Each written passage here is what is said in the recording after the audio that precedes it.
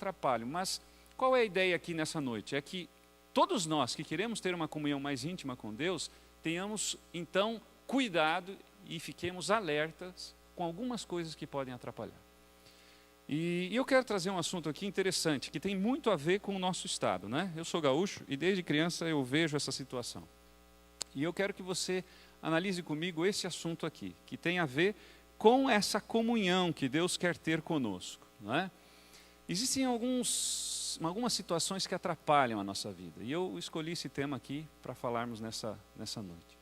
Qual é a posição dos adventistas em relação ao chimarrão, por exemplo? Né? A gente sabe, por exemplo, que a Bíblia fala em Provérbios capítulo 20, verso 8, né? Que o vinho é escarnecedor, né? E a bebida forte é o quê? Alvoroçador. E quem, né, é vencido por eles não é sábio, para não dizer outra coisa. Né? Deus pega leve aqui com o profeta Salomão. Agora, existem assuntos que a gente não fala muito na igreja. Né? Esse é um deles. Às vezes a gente não fala, a gente não entende, mas por quê? Sabe que não deve e tal. Às vezes nem sabe que não deve.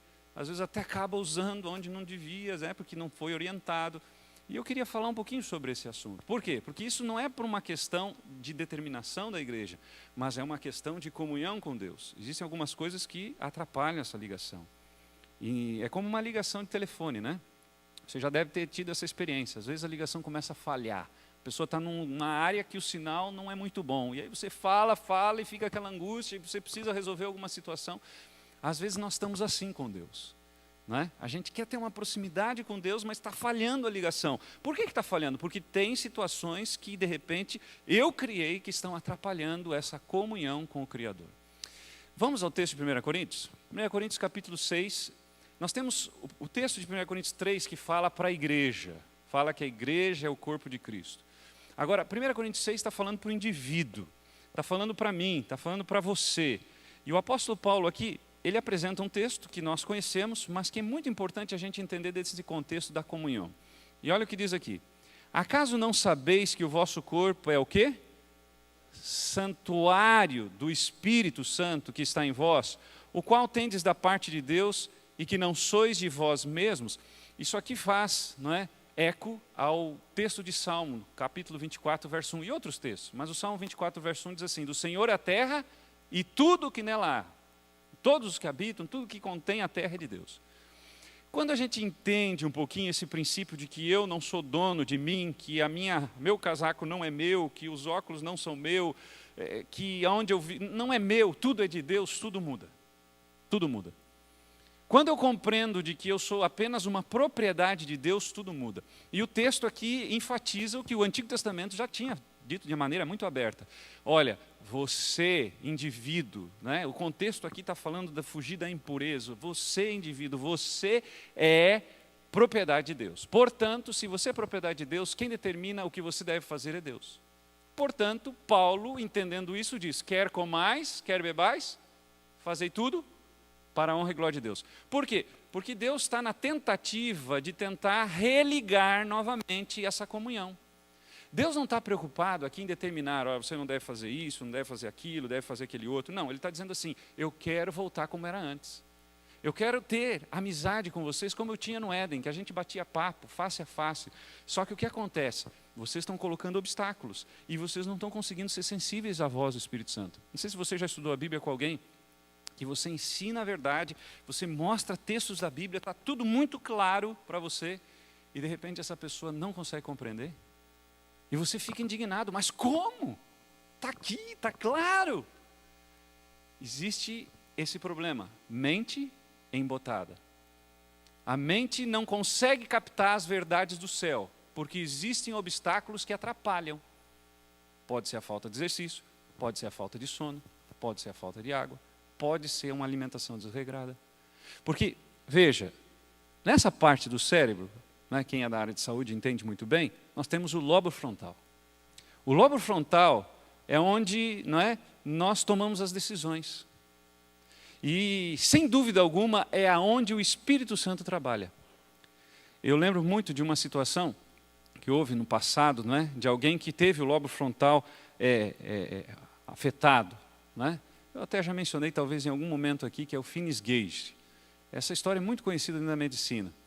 E esse cidadão, ele, né, teve um ferro arremessado no seu lobo frontal. Ele era uma pessoa boa, era uma pessoa do bem, honesta e tal. Só que depois desse acidente, ele conseguiu sobreviver. Ele se tornou um camarada desonesto, um camarada que abandonou a esposa, abandonou filhos, né, era totalmente desregrado, a ponto de viver num circo, né, andando para um lado para o outro, até que dentro do circo não aguentaram mais, né, com ele. Porque a vida desregrada, eu estou falando desse acidente para dizer o seguinte para você: a falta de um estilo de vida regrado afeta o lobo frontal. Quando eu durmo pouco, quando eu não tenho, não é, cuidado com o corpo, eu acabo, não é, tendo o lobo frontal afetado. Consequentemente, aonde o Espírito Santo trabalha comigo, eu passo a perder a sensibilidade de ouvir a voz de Deus. E aí eu não consigo ouvir e ver algumas verdades que são claras para outros. E as pessoas falam e eu não consigo compreender. Por quê? Porque eu me distanciei de tal maneira de Deus com o meu estilo de vida, que eu acabo, então, simplesmente não conseguindo restabelecer essa comunhão. E já que eu toquei no assunto, né, do chimarrão, vamos analisar um pouquinho o porquê nós devemos ter um cuidado com esse assunto. Qual é a história dessa bebida? Veja, esse é um hábito, não é, que foi recebido aí, né, recebemos esse legado pelas culturas Quechua, Aymara e Guarani. Portanto, é um programa de índio, literalmente. Tá? Não estou falando aqui de maneira pejorativa, estou falando literalmente, é um programa de índio. Ok? Então, veja, aqui um pouquinho mais da história para a gente, você pode pesquisar isso, mas eu queria que você acompanhasse comigo aqui. Da metade do século XVI até 1632, a extração da erva mate era a atividade econômica mais importante da província del Guairá, que é o território que hoje abrange o estado do Paraná, e no qual foram fundadas 3 cidades espanholas e 15 reduções jesuíticas. Os primeiros a fazerem uso da erva mate, então, foram os índios Guarani, que habitavam a região definida pela bacia do rio Paraná, Paraguai e Uruguai, na época da chegada dos colonizadores espanhóis. Agora eu quero falar um pouquinho dos malefícios. Né? Qual é o problema? Porque é uma questão cultural. Aqui quem está falando é um gaúcho, tá? Alguém vai dizer, mas sim, gaúcho, né, de terceira geração. Qual é o problema? Vamos ver aqui. Existem algumas situações. 3 alcaloides. Nós encontramos na erva. Tá? 3 alcaloides. A cafeína, a teofilina e a teoromina. E quem conhece essa substância sabe os efeitos de cada uma delas. Lembrem que eu estou falando no contexto de comunhão com quem? Com Deus. A questão aqui é comunhão com Deus. Então, Deus quer restabelecer a comunhão íntima com Ele. Só que existem elementos do meu estilo de vida que podem atrapalhar isso. E esse é um deles. Por exemplo, vamos analisar um por um. Tá? A cafeína. Veja, para quem crê no Espírito de Profecia, né, sabe o que está escrito no Conselho sobre Regime Alimentar, na página 425. E lá falando diretamente sobre café, diz assim, tomar café é pecado. E quem crê que aquilo vem de Deus, não discute. Não é? Agora, qual é o problema do café? A cafeína. Se ela também está contida na erva mate, a gente precisa pelo menos parar para pensar. Olha só, ela é um estimulante legal, mais usado talvez no mundo, é mais comumente associada a café e às bebidas à base de cola, e vocês conhecem essas bebidas, mas é encontrada também aonde? Na erva mate. E aí, volta ao ponto, a questão não é tomar ou não tomar, a questão é, eu quero ter comunhão com quem? Com Deus. Eu quero a minha mente limpa, eu quero que o lobo frontal esteja aberto para que o Espírito Santo possa cumprir o que está em João 16, verso 8, e convencerá o mundo do pecado, da justiça e do juízo. Qual é o trabalho do Espírito Santo? É dizer assim, fulano, acorda, eu quero te salvar. Não vá por aí. E ele está o tempo todo no meu lado. A palavra consolador no grego é parakletos, que significa alguém que foi convidado para estar ao lado. O Espírito Santo está o tempo todo do meu lado. Não existe motivo para solidão, viu? Nós cristãos não precisamos ficar com problema de solidão, porque o Espírito Santo está o tempo todo do nosso lado. E ainda tem o anjo da guarda. Né? Então a gente nunca está sozinho. E ele está ali. Quando eu estou me desviando, ele diz, acorda, lembra, você fez um compromisso comigo um dia. Eu quero te salvar. Toma a decisão certa. Esse é o trabalho dele. E quando eu tenho um estilo de vida desregrado, é como se eu estivesse ignorando ele. Não, vai para lá, não quero saber de ti. Né? Eu não quero restabelecer essa comunhão. Eu não estou nem aí se a minha mente está limpa ou não. E a cafeína traz um problema muito sério. Ela não produz uma verdadeira euforia, mas causa dependência psicológica. Aumenta a vivacidade, a performance mental e motora, especialmente nos fatigados. É óbvio que é no primeiro momento. Ok? Os efeitos, né? Eu trazer alguns efeitos aqui para a gente pensar. Estimulação do coração, aumento do ritmo, né? Hipotência e às vezes ritmo acelerado, a diurese, aumento de volume da urina, é óbvio, porque você toma também mais água. O consumo muito grande de cafeína pode causar o cafeinismo, um complexo de ansiedade, irritabilidade, depressão, aumento de nível de vários hormônios no sangue associados ao estresse. Agora tem uma outra substância que você encontra na erva mate, que é a teofilina, é um outro alcaloide, que é amplamente utilizado em doenças pulmonares, não é? E aí você vê aqui, obstrutivas e agudas e crônicas. Os efeitos, náuseas, vômitos, diarreia, ataque cardíaco, arritmias, convulsões e hemorragias gastrointestinais. Interessante. Tudo isso atrapalha o meu relacionamento com Deus. O ponto é, quero eu estar mais perto de Deus ou não? Não é? O assunto é esse, mas pode-se falar de muito mais coisa. Por exemplo, dormir pouco traz um prejuízo tremendo para a saúde. Não é? Dormir tarde. Os estudiosos já dizem que o melhor sono é antes da... Não é? 10, meia-noite, né? É o sono ali. Nós somos feitos para dormir na parte escura. Sabe que a luz, a energia elétrica foi uma coisa muito boa, mas pode ser também uma coisa muito prejudicial. Né? Nós fomos feitos para dormir na parte escura. Só que muitas vezes estamos invertendo isso. E os prejuízos vêm. E Deus, quando Ele determina assim, filho, não vá por aí, ou não é porque Ele é um Deus que está lá com o dedo apontado, querendo o nosso mal. Não, em hipótese alguma.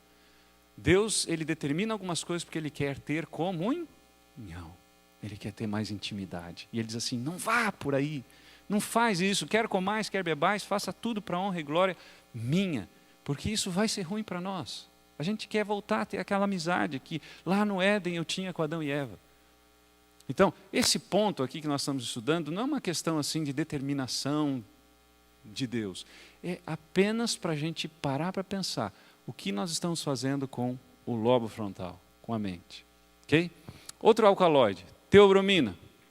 E os efeitos são muito semelhantes, né? Então você pode ver aí efeitos como não é, afeta o sistema nervoso central, que você sabe que é fundamental, nosso cérebro é fundamental. Diversos efeitos cardiovasculares, pode produzir dor de cabeça e também alergias. Agora, tem uma questão higiênica também, certo? Né? Tem uma questão higiênica envolvida. Né? E você sabe, né, que essa falta de higiene pode trazer problema. E a gente sabe que você pode lavar a bomba, pode fazer o que for, mas ela é utilizada por várias pessoas e ela fica acessível a bactérias e diversas doenças. E isso pode prejudicar o meu corpo, que não é meu. O que nós vimos nos textos anteriores? É de quem? É de Deus. E Deus diz assim, não faça, não coloque para dentro coisas que te prejudiquem. Quer comais, quer bebais, faça para a honra e glória de minha. Então a gente começa a entender o porquê dos nãos de Deus. Os nãos de Deus nunca são por um capricho de Deus. Os nãos de Deus são assim, para dizer, filho, eu quero ficar perto de ti. Então estou te dizendo não para você não se afastar de mim, para que a tua mente possa estar acessível, você possa ser sensível às coisas espirituais. Muitas vezes a gente tem dificuldade com algumas questões espirituais, porque a nossa mente está, não é, obliterada, ela está cheia de obstáculos, não é? E isso atrapalha. Esse é outro problema. Água quente, será que é um problema? Eu fiz uma pesquisa rápida e eu encontrei alguns estudos. Por exemplo, esse estudo aqui, chimarrão muito quente provavelmente é uma das causas de câncer de esôfago. De acordo com a Organização Mundial de Saúde, bebidas com pelo menos 70%, ou 70 graus, perdão, demonstram riscos para desenvolver o quê? Que é o câncer de esôfago. Todos nós sabemos que o esôfago é esse, né, canal que leva o alimento para o aparelho digestório. Interessante, né? Aí a gente começa a ver algumas coisas mais. A mesma pesquisa diz o seguinte, chimarrão muito quente, as bebidas muito quentes são causa provável de câncer no esôfago, anunciou nesta quarta-feira a agência especializada em pesquisa de câncer da Organização Mundial de Saúde, que fez questão de explicar que as temperaturas normais, o café e o mate, não têm efeito cancerígeno. Então, como que o gaúcho, né, toma o chimarrão? O uruguaio toma de uma maneira, o argentino toma de outra maneira, mas o gaúcho como toma? Água, que a gente diz assim, pelando, né? Pelando de quente. veja, nós temos o problema da erva, que nós já vimos, nós temos o problema da higiene, porque a bomba, você pode fazer o que for, você não vai conseguir tirar todas as bactérias dali, né? E você tem ainda o problema da água quente. Imagina pegar uma água quente, o costume que as pessoas têm de tomar o chimarrão e colocar na pele, assim. O que vai ocasionar? A mesma coisa acontece dentro, só que você não tem, né, um sistema nervoso tão, né, aflorado como você tem na mão, que não faz, né, você não fica com aquele negócio, ai, está doendo. Mas imagina você pegar aquela água e colocar na mão. Vai dar um prejuízo. O prejuízo acontece lá dentro também. E as pessoas não se dão conta disso, né? Olha só um outro estudo. Esse aqui eu acho que é da UPF. Não, é outro estudo aqui. Jornal de Novo Hamburgo, esse aqui. Gaúchos sofrem 5 vezes mais câncer de esôfago, o chimarrão é a provável causa, né? Aqui vem trazendo novamente a Organização Mundial de Saúde, tem o texto aí, não vou ler tudo, mas a mesma afirmação. Ok? Esse aqui é da UPF, a Universidade, né, de Passo Fundo. Diz assim, pesquisa da UPF aponta que chimarrão prejudica o quê? A memória. E aqui tem, né, o que está se falando aqui, que foi feitos testes com animais, né? E esses animais, então, passaram pela experiência aí, né? E foi constatado que eles perderam, então, né, se é que eles têm memória, né, mas a capacidade de gravar as coisas. Interessante para a gente pensar, né, para a gente refletir. Se você, né, tem alguma dificuldade com esse assunto, eu queria que você pelo menos pensasse um pouquinho ao sair da igreja hoje. O princípio aqui é a adoração. O princípio aqui é religar comunhão com Deus, estar mais próximo de Deus. Será que não está na hora da gente repensar um pouquinho? Outro estudo aqui, esse aqui do Hospital Conceição. Olha que interessante. De acordo com a revista da Associação Médica Brasileira, volume tal, foram entrevistados 55 pacientes com câncer de esôfago em um dos hospitais de Porto Alegre. As causas estavam relacionadas ao uso de fumo, álcool, mate, que o uso da erva mate, do chimarrão, foi significativo para o avanço da doença, independente da quantidade ingerida por dia. Veja, a medicina está dizendo, não tome isso. Claro que por outros motivos, por outras razões. Nós que somos cristãos, nós temos uma razão espiritual. Nós temos uma razão de vida eterna em jogo. Nós temos uma razão de reestabelecimento da mente, não é? A semelhança de Cristo. É muito mais importante. Mas está aí. Está aí. Os estudos estão indicando isso. Aí vem a pergunta. Será que isso diz alguma coisa para mim ou não? E aí a gente volta ao texto de Romanos. E aí eu gostaria de ler agora, não só o verso 2, mas também o verso 1 e 2 agora. Romanos 12. E olha o que diz lá, Romanos 12, 1 e 2. E agora vem um apelo, né, que Deus faz através do profeta, do apóstolo. Romanos capítulo 12, verso 1 e 2. Rogo-vos, pois, irmãos, pelas misericórdias de Deus, que apresenteis o vosso corpo por sacrifício vivo, santo, que a palavra aqui significa separado, e agradável a Deus, que é o vosso culto racional. Deus quer que a gente o cultue com a razão. Existe emoção, é verdade, no culto, mas Deus ele está buscando a razão. Várias vezes ele fala, não é, para os seus filhos, arrazoemos, vamos lá, vamos conversar, se aproxime de mim, porque você entende de que esse é o melhor caminho. Existe a linha do tempo, por exemplo, dos 100 anos, mais ou menos, né, que as pessoas vivem, 80, 70, dependendo do país. Mas imagina, tem pessoas que só conseguem se concentrar nessa linha de tempo de 100 anos. Vou colocar 100 anos, tá? Pode ser mais ou menos, alguns menos. Mas imagina, 100 anos. E a pessoa ela não consegue tomar decisões olhando uma linha mais ampla, da eternidade. Imagina que tem a linha de 100 anos e uma linha da eternidade, que não tem fim. Né?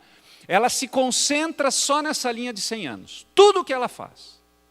E ela não consegue se concentrar na linha da eternidade. Isso é triste. Por quê? Porque ela vai viver os 100 anos e vai perder a eternidade. Agora, quem se concentra na linha da eternidade, vai fazer tudo para se harmonizar com a vontade de Deus.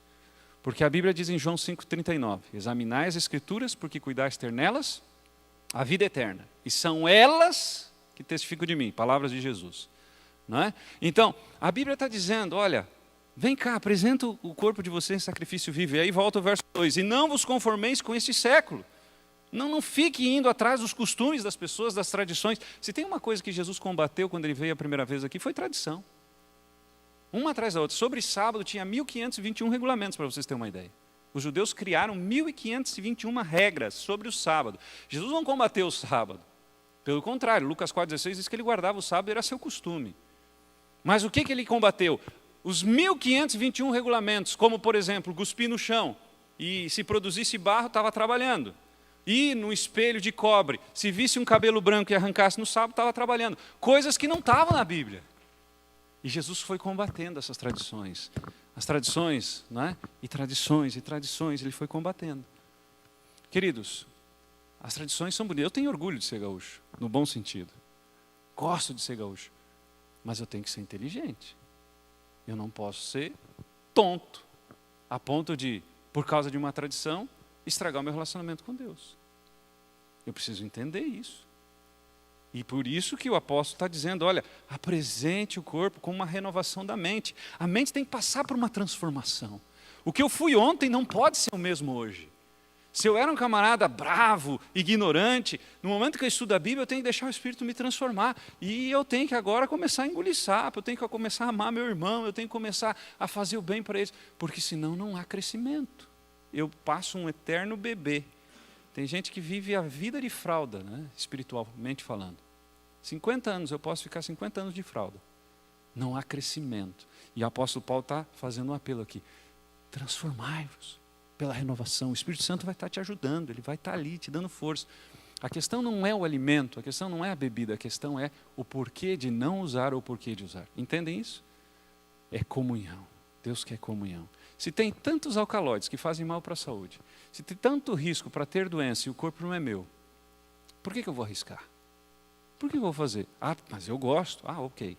Então, aí eu tenho que optar se eu vou adorar o eu ou eu vou adorar a Deus. Se eu vou adorar o eu, ok, siga. Toque o barco. Faça o que você achar que tem que se fazer. Agora, se eu parto do princípio que sou um cristão e adoro a Deus, eu não posso ter outros deuses, certo? Nem eu, nem a minha vontade. Eu tenho vontade de comer muitas coisas que não como. Me apetece. Mas a Bíblia está me dizendo, não é por aí. Não é por aí. E aí eu tenho que dobrar os joelhos muitas vezes e pedir, Senhor, me ajuda. Né? Me ajuda, transforma a minha mente, transforma meus gostos. Eu coloquei aqui para contar para vocês, eu lembro de uma situação, primeira semana de ministério, 23 anos atrás. Tinha 6 igrejas, uma que ficava a 80 quilômetros para a direita, outra 140, né, para um lado, e a outras 2 que ficavam, uma a 80, outra a 120, e mais 2 na cidade onde eu morava. E eu lembro que eu comecei então a visitar as pessoas. E no interior é mais fácil visitar do que na capital, né? E aí eu lembro que eu fui para uma das cidades, que ficava a 80 quilômetros, e eu lembro que na sede, né, eu perguntei para as pessoas que conheciam os irmãos daquela cidade, disse, olha, tem alguma referência, porque eu não tenho telefone de ninguém, o pastor não tinha me deixado nenhuma informação, que eu possa pelo menos ir nessa pessoa e ela me indicar a casa dos irmãos. Era uma quarta-feira e eu faço as visitas, eram em torno de 20 membros. Eu vou tentar visitar todos antes do culto e depois no culto, né, a gente tem o culto, faz junto, vou convidá-los para estar no culto. E alguém me disse assim, olha, vá no centro, que era uma cidade de 15 mil habitantes, pequenininha, não era difícil de achar, na única eletrônica que tem na cidade. E você vai encontrar lá, aquele é o líder da igreja. E eu lembro que eu peguei o carro, fui, né, cheguei por volta de 1h30 da tarde. Meu objetivo era visitar todos à tarde, convidando-os para o culto. E aí, logo quando eu cheguei na cidade, assim, eu vi eletrônica, estacionei o carro e estava escrito assim, não abrimos aos sábados. Eu disse, é aqui. Identificou. É aqui que mora o irmão tal. E aí, bati a porta, demorou um pouquinho. Nisso, daqui a pouco ele abriu a porta. Quando ele abriu a porta, ele estava com aquele objeto na mão não identificado. Né? Eu tinha 21 anos, né? Era jovem ainda, recente a sair da faculdade. E aí olhei para ele e eu fiquei constrangido. Confesso para vocês que fiquei muito constrangido. Eu disse, o que eu vou dizer para esse homem? E aí eu olhei e disse assim, boa tarde, já falei o nome dele, irmão tal. Eu sou um novo pastor. Quando eu disse novo pastor, esse irmão ele ficava assim, ó, e ficou para trás e para frente, e para trás, e me olhava, e olhava para aquele negócio, e olhava para mim. Eu disse, irmão, o senhor pode guardar, porque Deus está vendo. Não adianta esconder de mim. Eu sou como o senhor. Eu sou ser humano. Aquele irmão era uma pessoa que sempre deu trabalho para pastor. Sempre. Os pastores que vinham me contam, irmão. Fiquei 3 anos nesse lugar, nunca tive problema com ele. Nunca. Também nunca falei sobre o assunto porque não precisou. Não sei se deixou ou não, não é problema meu, mas ele sabia que não estava certo, pela atitude dele. Queridos, a gente não faz as coisas por causa dos outros. A gente tem que lembrar que a gente deve ter uma ligação direta com Deus. Por que eu faço o que eu faço? Quando eu estou sozinho, eu devo ser o mesmo. Quando eu estou com as pessoas, não é verdade? Deus está clamando por pessoas sinceras. Quando a gente vai a Apocalipse capítulo 3, abra aí. Apocalipse capítulo 3 apresenta uma realidade triste, mas muito triste. Mas que eu e você não precisamos experimentar. Que outros experimentem, mas não eu e você. Dentro do contexto das 7 igrejas, que elas eram literais, mas também dentro da profecia representam períodos da igreja de Deus, do povo sincero de Deus, nós encontramos a igreja de Laodiceia. E você encontra aí no capítulo 3. E como que é essa igreja? Que é o período em que nós estamos vivendo, que é a última igreja que antecede a volta de Jesus, o último povo. E diz assim, verso 14. Ao anjo da igreja em Laodiceia escreve, estas coisas diz o Amém, a testemunha fiel e verdadeira, o princípio da criação de Deus. Verso 15, conheço as tuas obras, que nem és frio e nem quente. Já tomou água morna? É bom? Você toma assim, que beleza. Até quando a gente está com sede, não é bom. É complicado. E diz assim, não é frio nem quente. Está falando para mim e para você, para a igreja que antecede a volta de Jesus, o povo que ia viver nesse momento. Quem dera fosses frio ou quente. Deus falando, assim porque és morno, e nem és quente nem frio. Estou a ponto de vomitar-te da minha boca. Pois dizes, estou rico e abastado, e não preciso de coisa alguma, e nem sabes que tu és infeliz, sim, miserável, pobre, cego e nu. Aconselho-te que de mim compres ouro refinado, pelo fogo para te enriqueceres, vestiduras brancas para te vestires, a fim de que não seja manifesta a vergonha da tua nudez, e colírio para ungires os olhos, a fim de que vejas. Eu repreendo e disciplino a quantos amo. Sê, pois, zeloso. E faz o quê? Arrepende-te. Arrepende-te. Querido, se tem uma coisa que Deus quer é salvar os seus filhos. Olha, Deus ele é alguém que é aficionado por salvação. Mas tem gente que não quer se salvar. E aí ele diz, eis que estou à porta e bato. Se alguém ouvir a minha voz e abrir a porta, entrarei em sua casa e cearei com ele e ele comigo. Ao vencedor dar-lhe-ei sentar-se comigo no meu trono. Assim como também eu venci e me sentei com meu Pai no seu trono. Quem tem ouvidos, ouça. Ouça. Queridos, a questão não é o que comer ou o que beber. A questão é a quem nós adoramos. Esse é o ponto. A questão é adoração. E aí eu volto a Paulo. Quer comais, quer bebais. Fazei tudo para a glória de Deus. Você faz a escolha. Nós, pastores, temos a obrigação diante de Deus de orientar. Esse é o nosso papel. Deus vai nos cobrar isso. E eu confesso que às vezes eu tremo, não sei vocês, mas às vezes eu fico pensando, Senhor, me ajuda a falar tudo que eu tenho que falar. Porque o nosso papel aqui não é agradar, vocês entendem? O nosso papel é orientar e dizer, Deus diz isso. O que Deus quer é isso. Esse é o papel do líder espiritual. Não é fácil às vezes. Eu sempre digo, né, que a gente como pastor pode falar como profeta ou como sacerdote. Né? Como sacerdote é aquela mensagem mais tranquila, né? Mais fácil e tal. E a gente se dá bem com todo mundo e tal. O profeta às vezes tem que... E hoje eu estou falando como profeta aqui. Não é fácil, complicado. A gente não sabe como é que as pessoas vão interpretar a gente. Mas só que é o seguinte, eu prefiro ficar de mal com você, mas não ficar de mal com ele lá. Porque um dia eu vou ter que dar conta, nós vamos ter que dar conta para ele. E ele vai perguntar, e aí, orientou meu povo? Eu mostrei para vocês. E ele vai me chamar a atenção. Então, meus amigos, é isso que eu estou fazendo hoje. Não leve a mal. Mas Deus está dando o caminho. Ele está dizendo, eu quero mente boa, eu quero que você esteja com mente clara aí, sabe? Mente boa, porque aí eu vou poder me comunicar bem com vocês. Vocês vão ler a Bíblia, vocês vão entender. Vocês vão vir para a igreja, não porque fulano ou beltrano prega, vocês vão vir com o espírito certo, de adoração. Não vão vir aqui para receber nada, vão vir aqui para agradecer o que eu tenho feito por vocês. Então, muda tudo, sabe? Quando a gente compreende realmente o que Deus espera da gente. E o estilo de vida faz parte do processo. Eu toquei num pontinho hoje aqui, né? Bem simples, mas que às vezes a gente não fala muito. E é importante a gente entender. Meu apelo nessa noite não podia terminar aqui sem um apelo. E eu não vou pedir para ninguém se levantar, porque eu não quero que você se manifeste hoje. É um apelo diferente, viu, pastor? Normalmente em pé para o pessoal levantar a mão e tal. Hoje não. Hoje eu não quero expor ninguém, mas eu quero fazer um apelo aqui. Se você tem esse problema, abandone em nome de Jesus. Em nome de Jesus, abandone. Porque isso está atrapalhando o teu relacionamento com Deus, pode ter certeza disso. Se você está colocando essa porcaria para dentro do corpo de Deus, por favor, em nome do Senhor Jesus, pega quando chegar em casa e ponha no lixo. Para não ficar tentado a usar depois. Mas saiba que essa é uma questão de adoração. De adoração. A quem nós servimos. E eu espero que você tome a decisão aí, tá? E que você aceite a voz do Senhor. Na Bíblia também não tem maconha. Na Bíblia também não tem cocaína.